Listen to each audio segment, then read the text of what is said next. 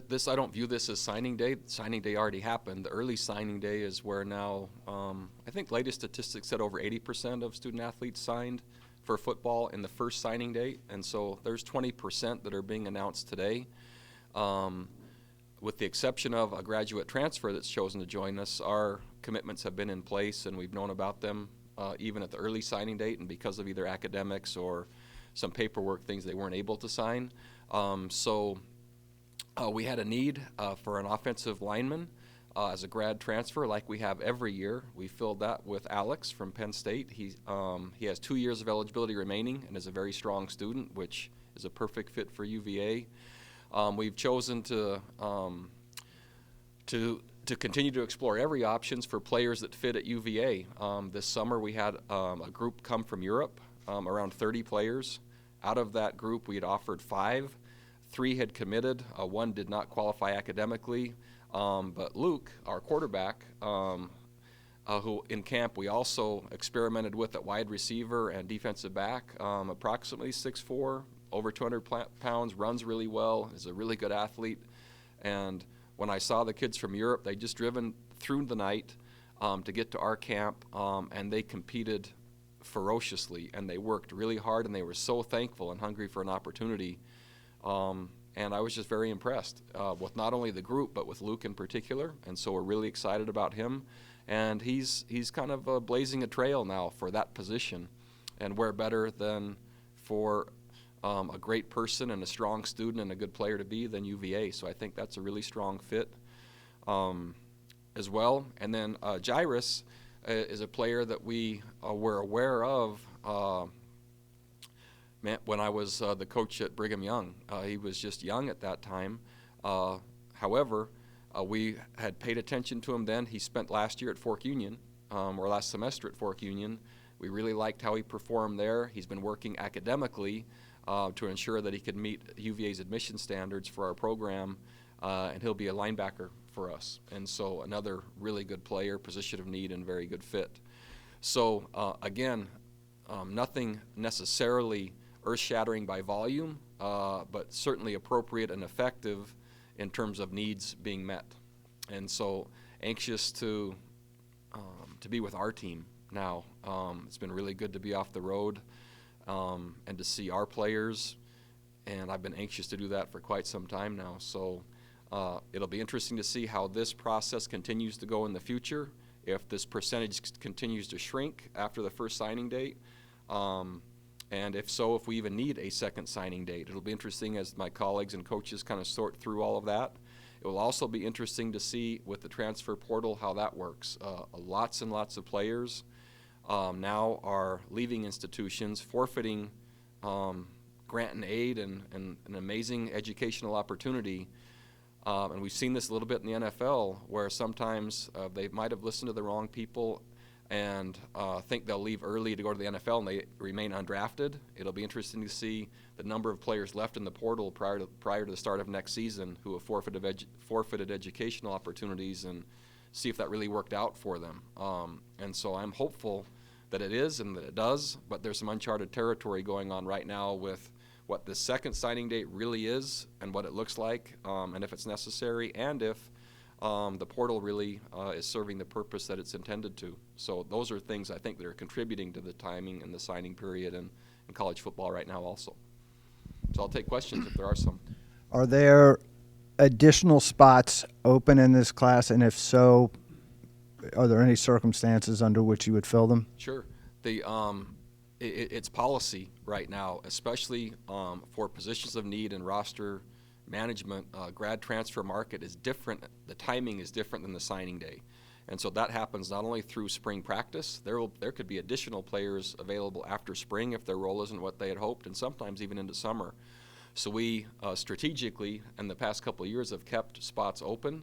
And sometimes we fill them with existing walk-ons on our team if it doesn't sort out appropriately. And sometimes transfers become available that are at positions of need, because our needs might change a little bit after spring practice manifests. So we still reserve the right to do so. Don't leave ourselves much margin for error, but just enough to hopefully address maybe a need or two after this period is over. Coach, with Gellerstead, how valuable is his experience at right tackle, even though it's limited? Will that allow you guys to keep Rankins-Meyer inside with Victor and Fannin and Glazier and those guys? And I'm not sure yet. We want just the best 5 players out there at a time, and we already know Dylan has some flexibility. We already know that Nelson has some flexibility, and so we wanted just another long and athletic and capable player to be able to sort out the best 5. And we felt really strongly, especially with 2 years of eligibility and being a strong student, that it was just that combination of player, student, and ability and number of years that made a lot of sense to us. What kind of quarterback is Wentz? Maybe is there anybody that you've had since you've been here that we would know that you could compare him to? No, not since I've arrived here, but he is an athlete. His dad was an athlete. I think there's only one Taysom. So what Taysom is in terms of quarterback, right? When you think about Bryce and our current quarterback, he's more, if you had to say superhero, more of like the Flash Gordon kind. Yeah, Luke is somewhere in between, but a really skilled athlete. Again, when he came to camp, we put him at defensive back and at wide receiver and at quarterback, which we could have done with either of the other 2 coaches or players we just mentioned. And so he's fast and he's big and he's a fierce competitor and a really hard worker, a live arm, and so it'll be fun to see where and how and what his production really looks like here at UVA and how long it takes coming from Europe playing that position. Sometimes with a new rule, there can be unintended consequences. The early signing period, has that created any more, maybe a feeding frenzy in January because there are fewer players available and then schools are losing players to the transfer portal and suddenly everybody wants what's out there? So it was different a year ago because the transfer portal wasn't in effect. But what was happening that was clear and acknowledged by the coaches a year ago is players of need became disproportionately more valuable than they were in the early signing day. So a player that might have been ranked, 12th on your board at the early signing date, and then let's say things didn't go according to plan on the early signing date and you had to have a defensive end or a safety, and that player was still available, he then, and his value, if it was the star ranking, sometimes would jump 1, 2, or 3 more stars, and the competition that you're facing to recruit that player jumped 1, 2, or 3 more levels. And so I'm not sure that's good for the player or the programs, but the need is propelling that. Now that the transfer portal is part of it as well, intrigue possibly on current teams and players then, man, it might be just a really hard offseason workout between the first one and the second signing, and just, okay, I've had enough of this. And they go in the portal with no really governor on it. There used to be the ability to have the release had to be granted by the head coach, and that wasn't always done perfectly either by college football. But at least there was a step that said slow down just for a second. Now that step is gone, and so the excitement of attention and the drama that comes with being signed and wanted versus an off-season program and having to labor and compete to try to get on the field in your own program, sometimes that I think might be leading to maybe choices that aren't the wisest. Bronco, back here. The whole process with grad transfers, what is it like when you're looking at them, trying to evaluate them, figure out how they fit, and then when you do hit on one and you're able to plug and play like that, how valuable is that? Well, for us, it's been essential in building this program, and I think it's been fantastic for the kids we've recruited because they've all started.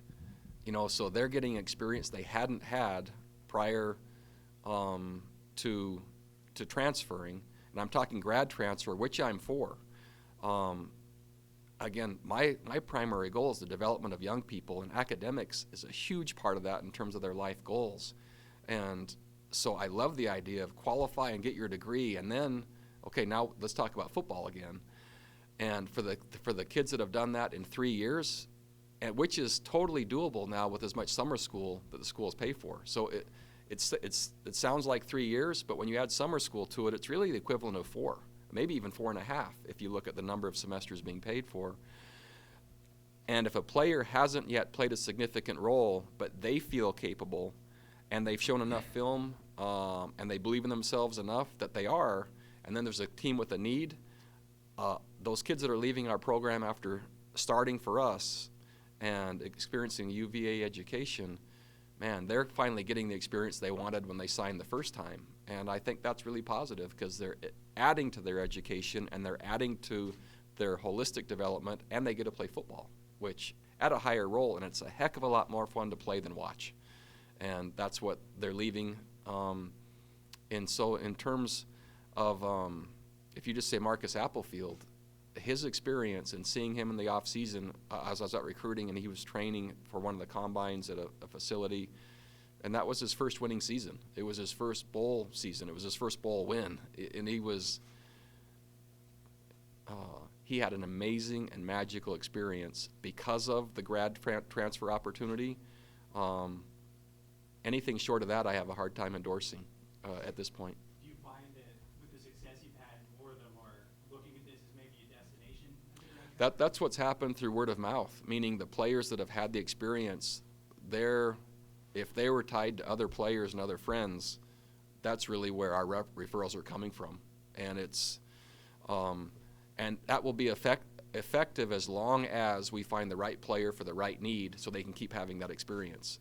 And I really don't want to consider anyone as a grad transfer unless I'm certain they'll start for us. And that makes sure they're happy, they get a great education in addition to what they have, and they are more fulfilled. If it's not that, it doesn't seem like that's necessarily the right thing to do. Bronco, At least not to me. On the topic of early signing day versus this late signing day period, what do you like most about this idea of kind of having this be pushed down a little bit, the second period versus the first one? Well, I think it eliminates so much more of the drama. While there still is some, and players flipping and some of the announcements and how they're being made, in reality, when the first signing period happens, and our program is less drama and more work, we're preparing for a bowl game, we're recruiting, school is happening, finals are going on, and the class is being added at that time. That's much more realistic for these kids as a point of reference for what life really looks like. Very seldom is there a press conference just because you choose a place to go to work. And that sets a precedent that's really hard to then exceed through the rest of their life. So I just like it because it's a more realistic entry point into life. And so now maybe 20% are having more of the entertainment and more of the drama and more of the things that come with that. And that doesn't mean bad kids or anything else. But the first one fits our profile and my philosophy at a higher level. And it doesn't mean that we won't ever sign someone the second, because there's always outliers for whatever reason. Ours just happened to be either through transcript, evaluation, or handling the foreign admission process, which took a little longer than what, we're still learning how to do that. So some of those things were kind of unique, but I really like players that know what they want really early, honor their commitment after they've made their commitment, and we've identified them, and everything's in by like 8 o'clock, and we're on back to preparing for South Carolina in a bowl game and managing finals, and they go about their lives, and then we can't wait till they get here. I like that better as a point of reference for life preparation for young people. This class was basically recruited after a 6 and 7 season. Kids committed during the summer and early fall. Now you've gone 8 and 5. How much do you think it will help, particularly in state? I think you had 3 or 4 in-state signees this year. Man, just what's interesting as well is, so after the first signing date, really what's happening out on the road is spring recruiting. Most teams are recruiting 2020 and 2021. What's different is the head coach is out, and the head coach can't engage with prospects at that age and at that time. You can say hello, and that's basically all you can say, but the feedback I got back by being out is the bowl win versus South Carolina, the perception of the program, and now 2 back-to-back bowl appearances, and then it's, holy cow, your quarterback's back.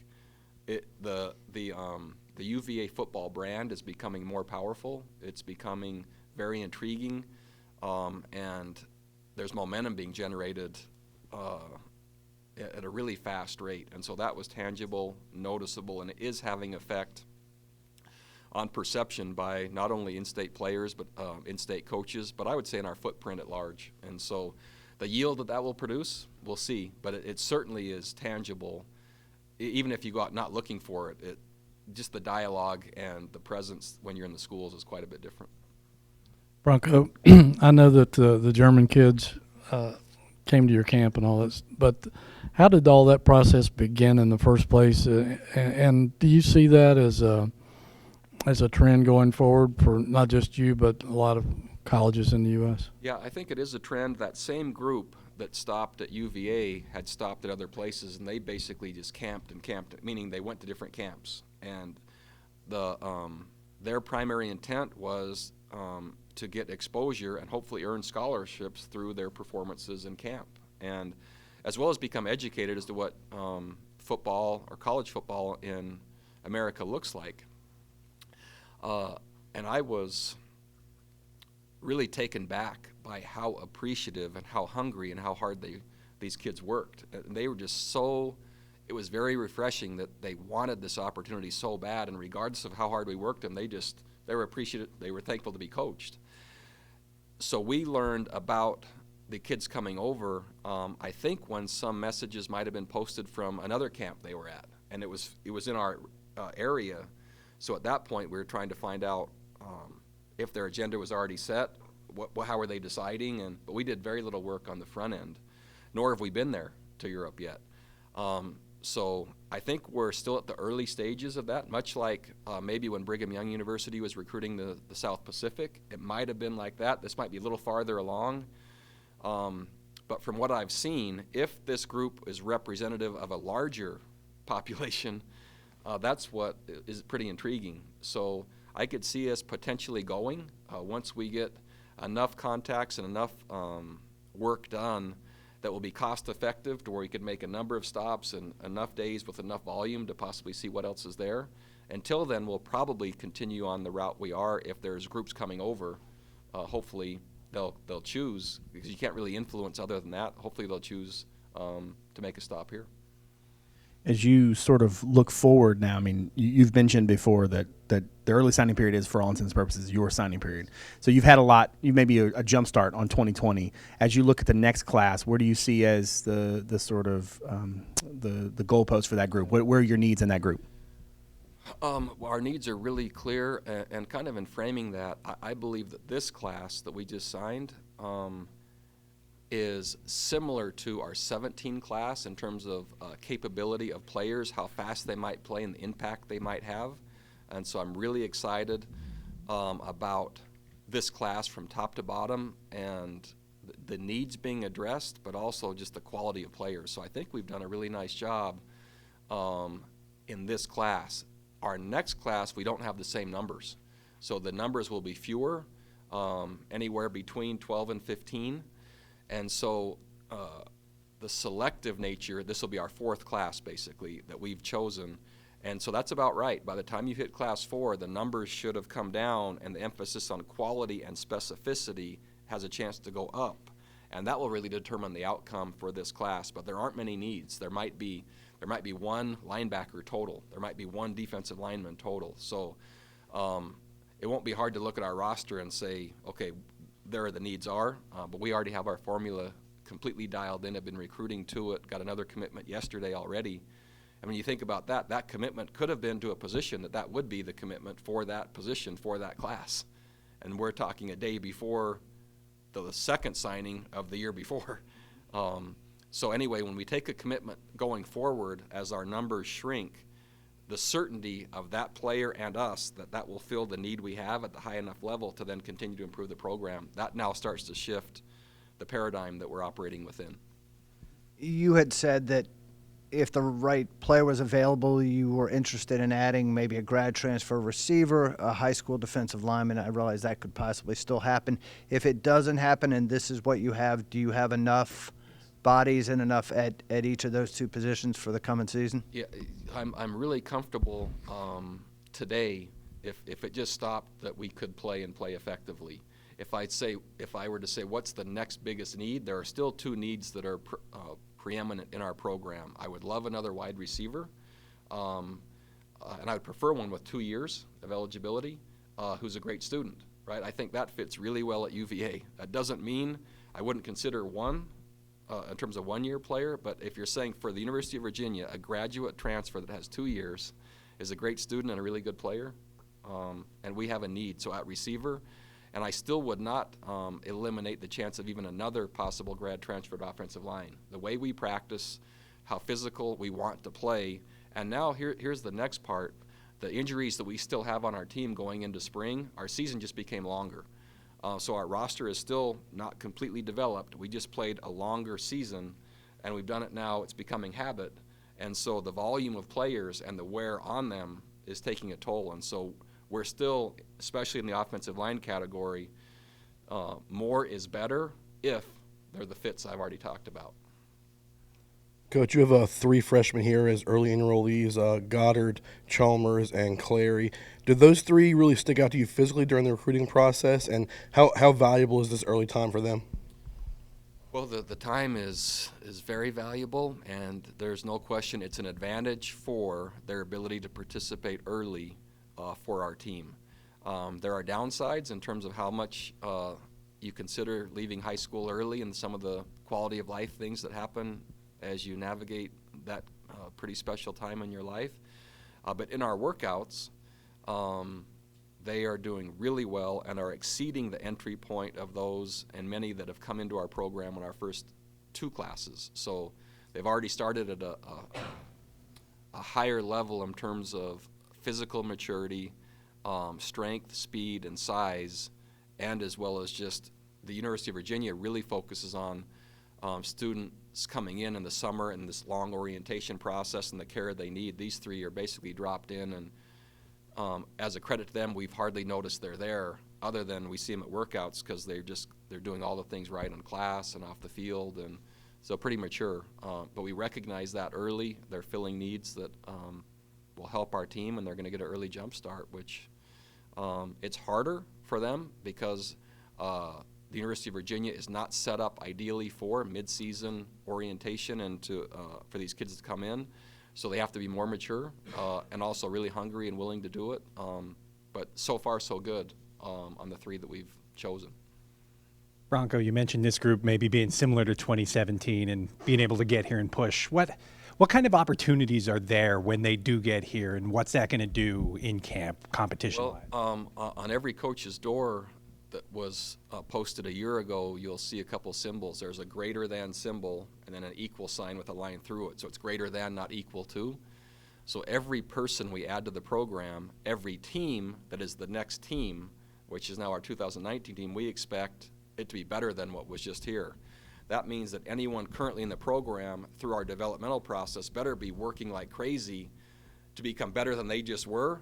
So as we select players that we're hopeful are better than, not equal to what we already have, that there's this constant friction so we can improve the program on a consistent basis. We're looking for unbroken growth, right? So as you think about companies and you think about organizations, sometimes there's an ascent and then a flattening and a drop down and then another ascent. What we're hopeful for is unbroken growth. And so it's this bowl game, but we didn't win. Now it's this bowl game and we did win. And it was this number of wins. Now it's this. So if you look at we want more, we want better, and we want greater than, not equal to. And so we're hopeful that 19's class was better than 18 and better than 17.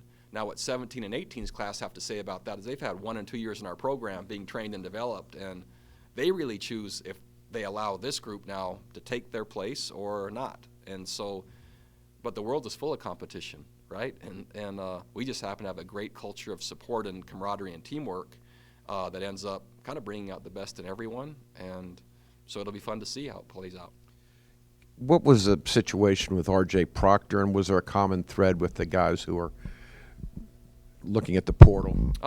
So we had three younger players that basically did not see themselves earning a role that was going to be one of significance. And as we've said earlier, playing is more fun than watching. And I'm talking just from a football perspective. So the 3 younger players that chose to enter the portal were hopeful for increased roles. While they love the program and they, amazing kids, their role on the field, it was clear to them, and all 3 of which came to me. It wasn't one of those things where I called them in and said, hey, you're not going to play here. All 3 came and realized, hey, this doesn't look like this is how it's going to, my role isn't going to be what I wanted, so they would like to look elsewhere. And then in RJ's case, really interesting to me is my philosophy is a little bit different, meaning that I consider a 5th year is earned. So at UVA, UVA expects every student to graduate in 4 years, as do I, on our football team. And so I consider awarding the 5th year on the back end if I think that all things then have been qualified for.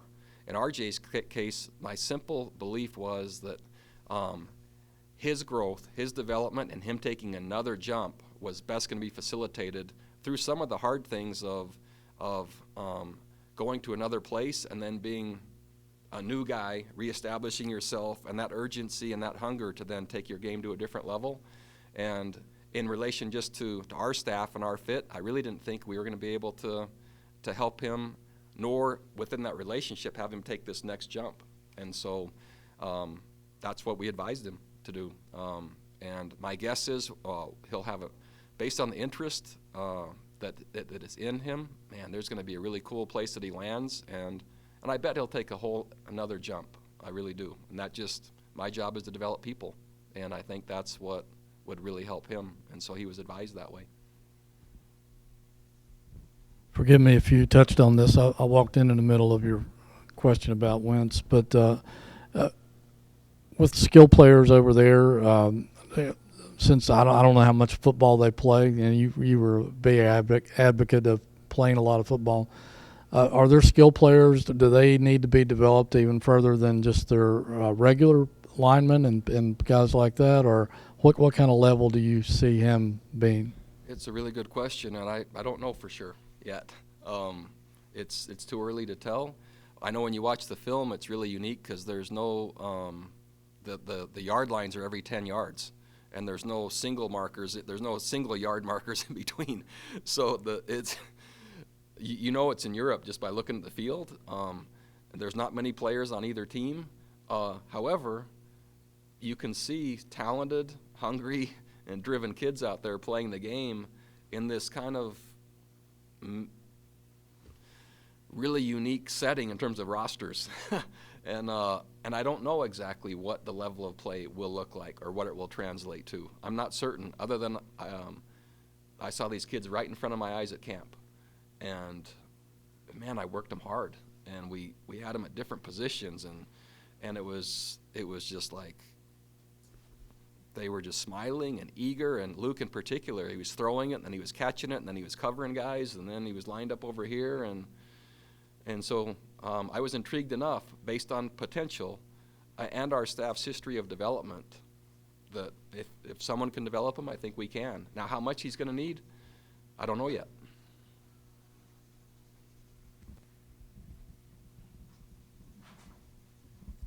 Kind of sticking with those European kids, Al Sufi, 6'4", 340, 350, can move pretty well. Is he a guy that maybe even if he doesn't understand the game very well can get early playing time just on his physicality alone?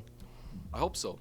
Kareem was really an interesting prospect, so he got my attention just in running. And so he's this giant body, and anywhere between 320 and 350, I would say. But then I watched him run, and as soon as I watched him run, I told our staff we're going to offer him a scholarship. So he moves really well for someone that size. And I was even considering him as a nose tackle when I saw him run. And so, and then he worked and he worked and he worked. And he had a great rest of the drill work and the camp. And so who knows, other than we identified him really early, even in the process of our camp and the structure, that maybe in the first 10 minutes. And I made a decision then, which doesn't happen very often. Do you know as early as you see him in guard? I think so, based on body type, and we'll probably find out if he can snap it too. So who knows? Of your returning players, are there any ones who are particular projects for Sean Griswold right now in terms of gaining significant amounts of weight before the start of spring ball or start of the season? Man, if there, as you know, my passion is the development process. That's my favorite part, not only physically but just holistically. Charles Snowden is driven to continue playing and moving like he is, but adding about 25 more pounds. Another young player, Grant Mish, as he was kind of between outside backer and defensive line. He's going after that. Others are working fiercely to actually trim down and become leaner. So it's really hard to name individuals as much. But what I can tell you maybe is a more relevant answer is that what longer seasons and more games as we're adding players and developing our roster, then with the injuries that are prolonging and then possibly having them miss components of this developmental process lends them to be likely to be in a similar place they were a year ago when they did get hurt, and so it's hard to get ahead of the curve. And so we're working ferociously in every way possible to get all stages of injury and players developed, either trimming, strengthening, gaining, as specific as we can within a team culture to try to accelerate the program. So that's probably the bigger issue going on. Speaking of Coach Grizz, you've now had a full year. You guys looked like a much stronger team. You mentioned that throughout the season. With 1 year under your belt with him, how happy are you with the program he's implemented? Coach Grizz is the exact right coach for us at this time and within this program for all the things we're doing. He's a perfect fit for us, and the results are already showing. It's also shown just how much more work we have to do, especially in the late season, to maintain a physical presence and dominance and taking over a game that we want to.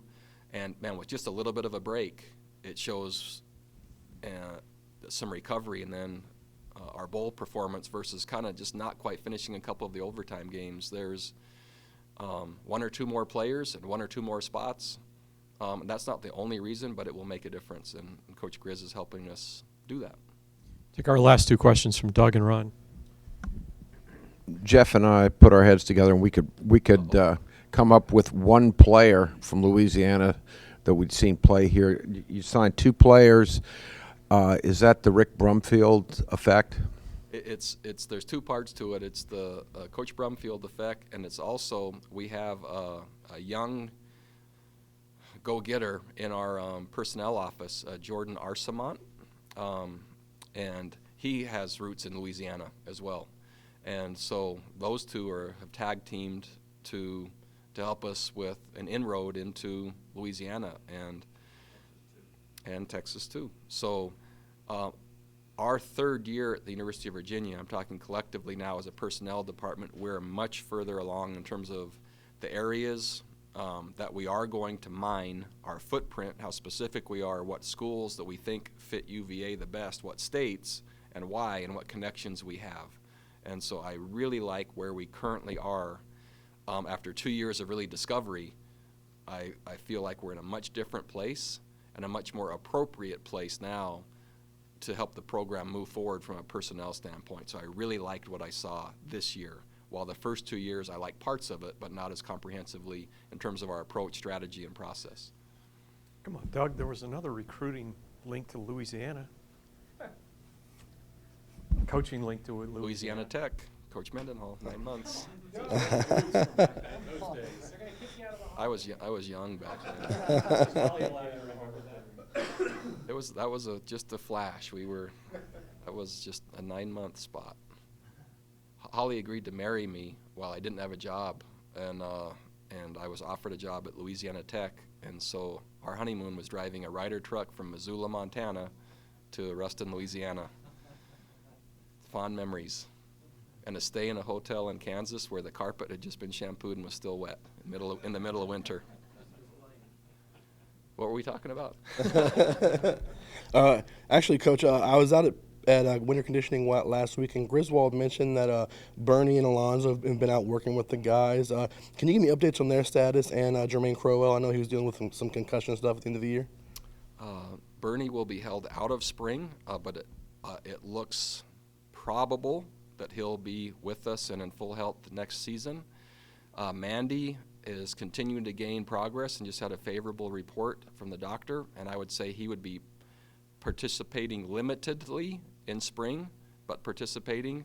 And G. Crowell has recently passed his concussion protocol.